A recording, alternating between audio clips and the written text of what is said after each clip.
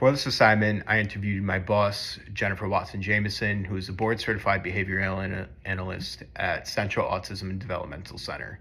She's also the clinical director for this location. She has a bachelor's degree in psychology and a graduate degree in applied behavioral analysis, which is also ABA.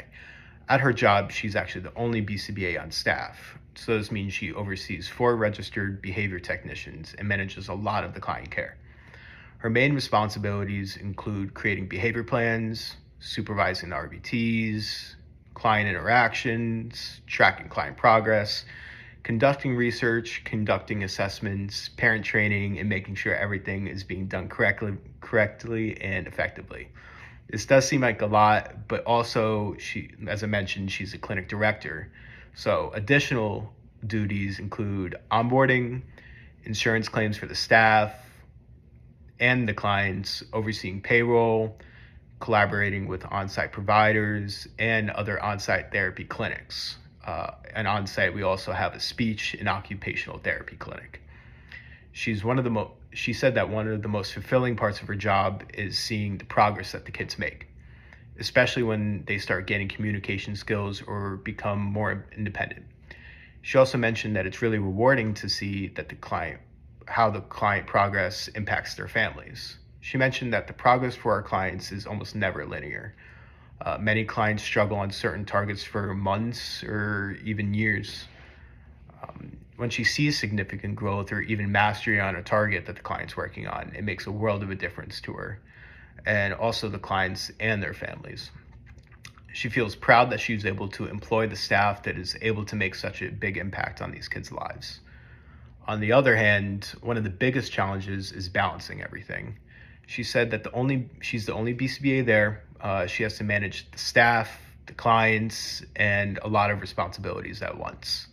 She also said that the job can be emotionally draining at times. A recent example that she felt comfortable sharing with me and for me to tell you was that her mother suffered an injury and that placed her in a hospital for a week. She took that time to be present with her mother and give care and support her in that time. She left the clinic for just the RBTs to conduct their duties and that the clinic needs to deal with on a daily basis.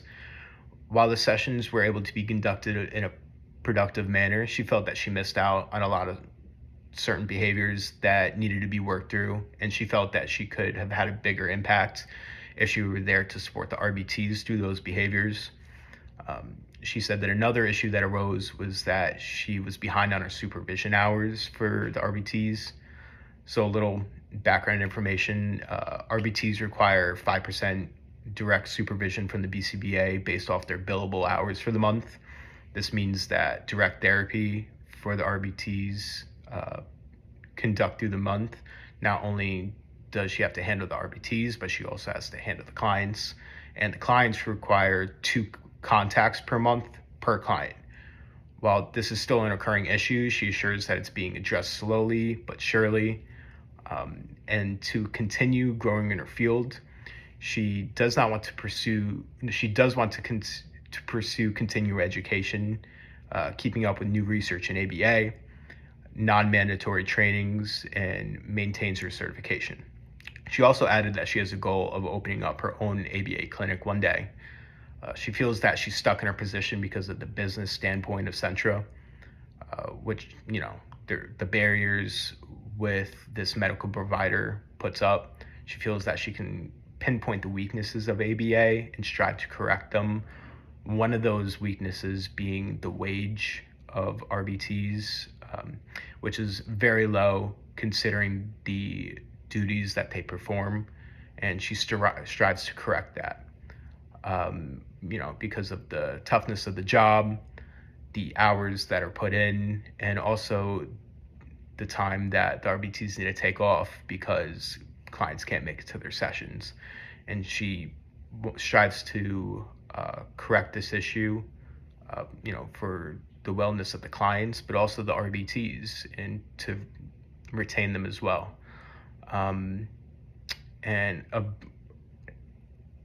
a wall that this brings up is that RBTs cannot be retained and appropriate intervention cannot take place for our client. During turnover, a lot of the time, resources are devoted to training new staff, and in this time, client progress may be hindered due to the inexperience of the staff and the lack of knowledge to deal with those behaviors. This is one of the examples that were given, but she felt like it was the most important issues and shortfalls to address at ABA.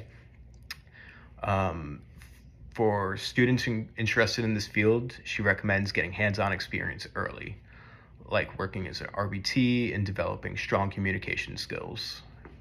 She said this field isn't for everyone, and it takes a special kind of person. Many people believe that they cannot pursue this field because of they've heard about it.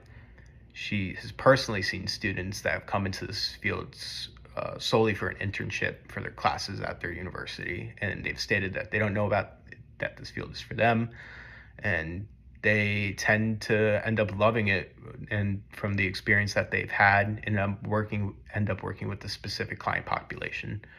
She also said that it's important to be patient and open to learning.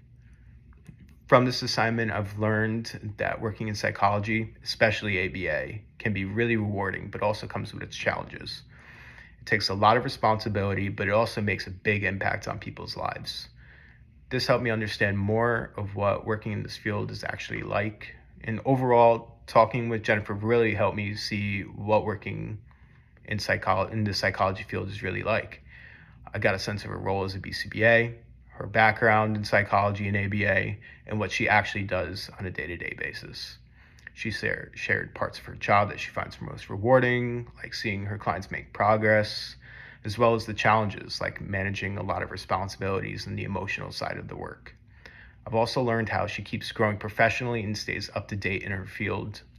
Finally, her advice for students really stood out. Getting hands-on experience, working on communication skills, being open to learning are really, really important. Overall, it gave me a much better picture of what this career is like.